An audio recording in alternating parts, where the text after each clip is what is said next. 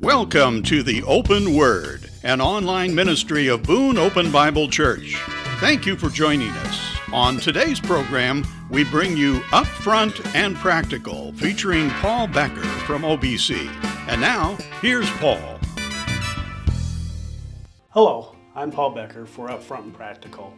Today, we're going to be talking about how do I respond to today's topics and even the news stories that we hear. And I am not even going to go down that road of the political and the stuff that is just going on.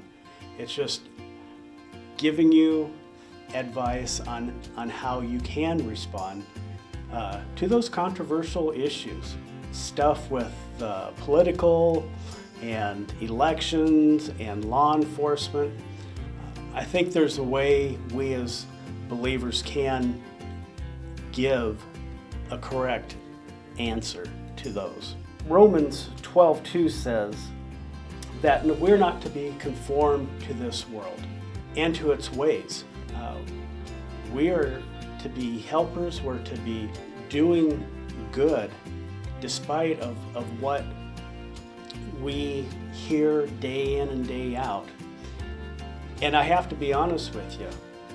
And this is, I can get into the best of arguments, especially if it's on a political soapbox, and that is not right. And I have actually apologized on Facebook and other places that I shouldn't have taken that stand, but my earthly body took precedence over me at that time. But I'm just here to offer help in ways that we can help. And that's what it's all about. It's all a sin issue, and it's not a prejudice. We talk about in Romans 6:23, the wages of sin is death. And the only way that we can conquer death is through Christ. And that we have to do the best we can with what we got. And God has given us that hope. And also in that same verse, it talks about that with sin, there is destruction that does come. And, you know, I think in the Old Testament, it was talked about that the sin of generations would be passed down the third and fourth generation just because of what had happened. And I do believe that Christ can break that sin barrier in our lives today. I mean, if there's alcoholism, we say that it follows it's a generational curse. I think Christ and praying over our families that we can curb that and that it can be defeated.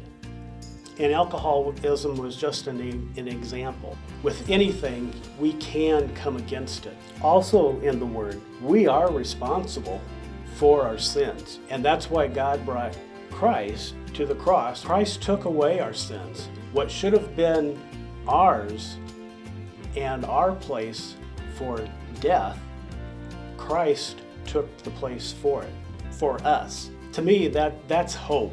What should have been my place, that I don't have to offer up sacrifices of many, many lambs, but Christ took the place of that. Deuteronomy 5:9 says that the sins of the parents, as I was trying to paraphrase earlier, are passed down to the third and fourth generations. Often sins of the parents became sins of the children, the consequences of the unrighteous choices. The specific sins, as I just said, need to be brought to the cross and asked for forgiveness. And that Christ will come and take them away. In John 4:8 it says that God is love. We are not to hate each other. There is no room for anger. There's no room for bitterness. There's no room for violence.